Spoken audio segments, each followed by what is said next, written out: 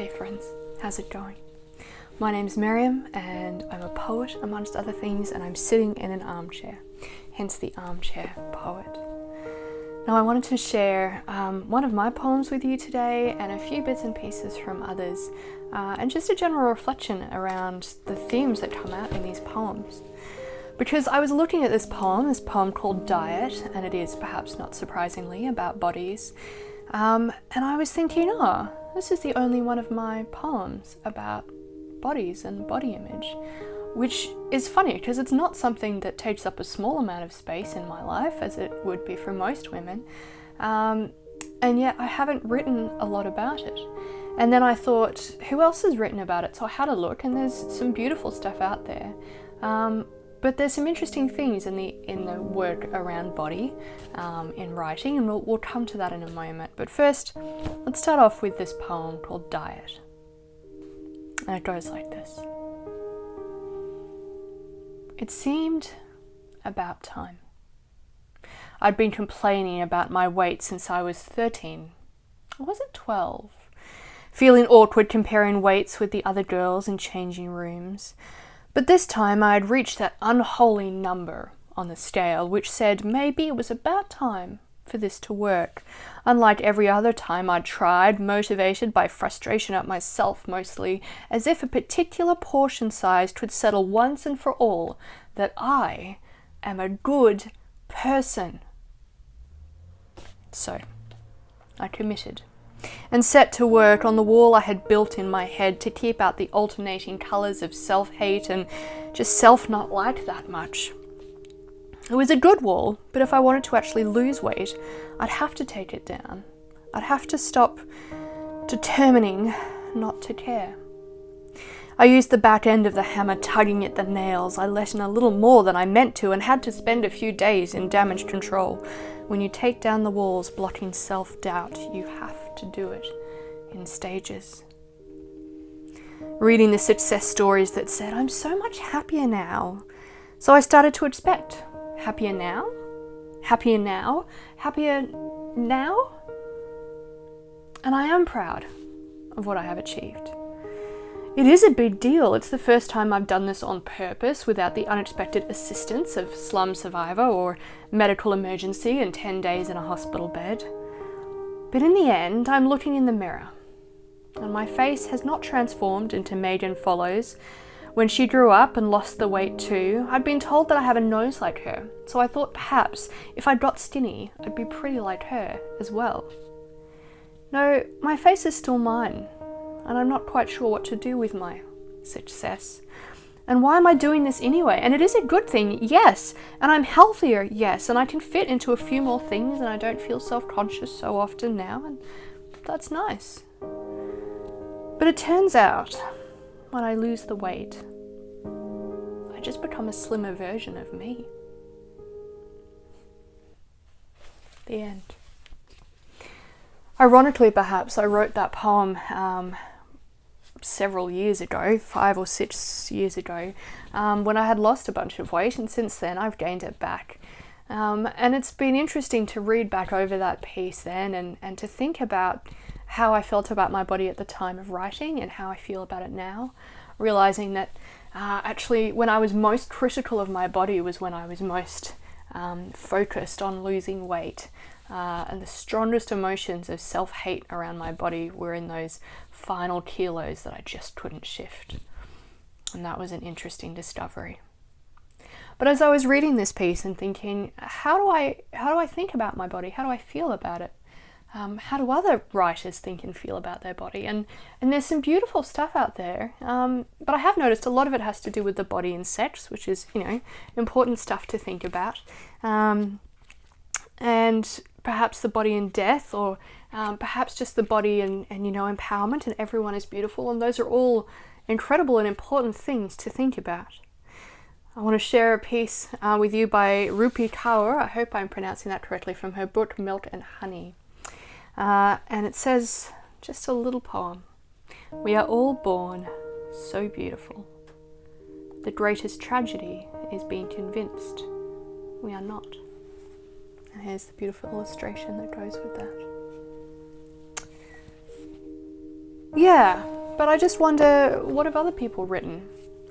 Well, there's a poem by Kathy Altman in her book Circumnavigation, which I can recommend, where she just writes, it's called Mastectomy.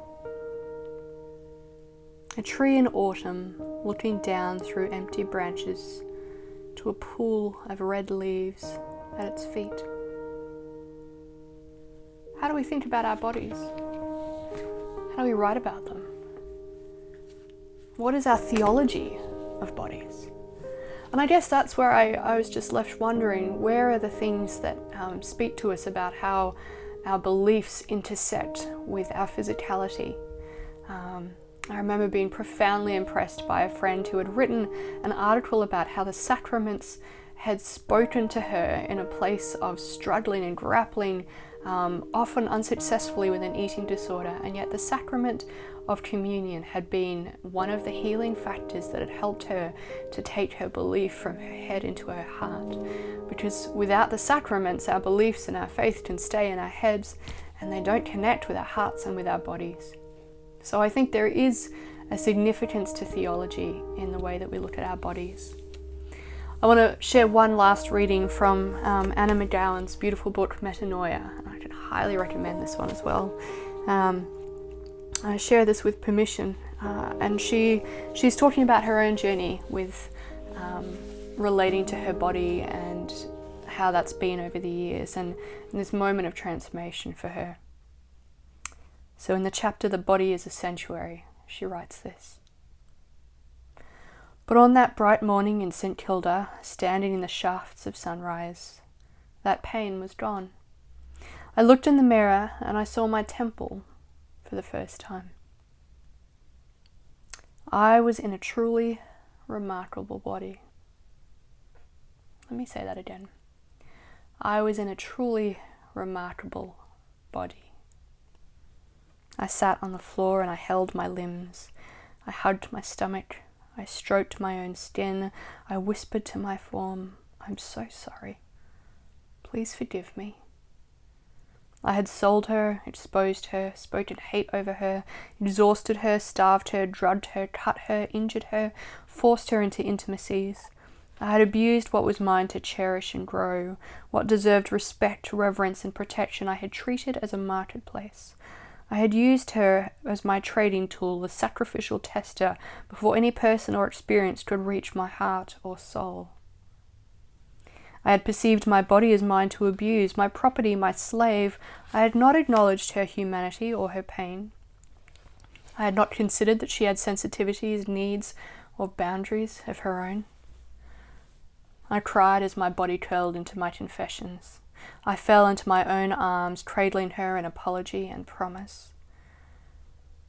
The human body, in starvation mode, intuitively recognizes the threat and becomes protective.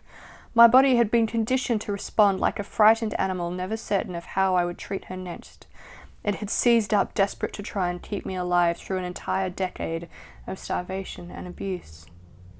Now, what I had tried to dominate and to beat into submission for so long was revealed as my equal. From that morning, I started to befriend my body. They say that the quickest way to feel love for someone is to serve their needs. As the days and weeks passed, I intentionally became a safe place for my body. I became her servant.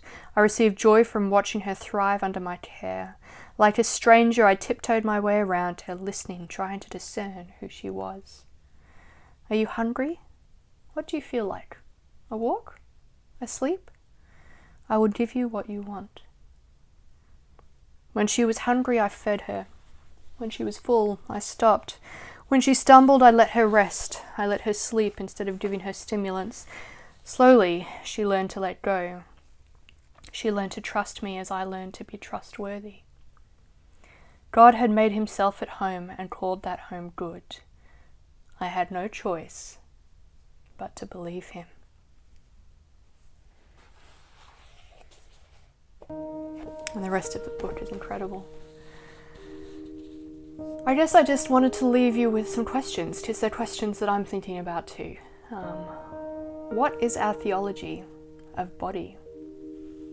How do I relate to my body as a temple? How do I disconnect weight or body image or exercise from worth? How do I honor what God has given me? How do I take my body along in the journey with me? How do I tie my body into my theology? How do I imbibe and inhale the sacraments of theology into my body, the embodied expression of faith? And those are questions I'll keep grappling with. Perhaps you will too as you go into this week. I hope whatever you're grappling with, whether that or something else, that you remember that you are fully seen and fully known and fully loved. And I'll chat to you next time.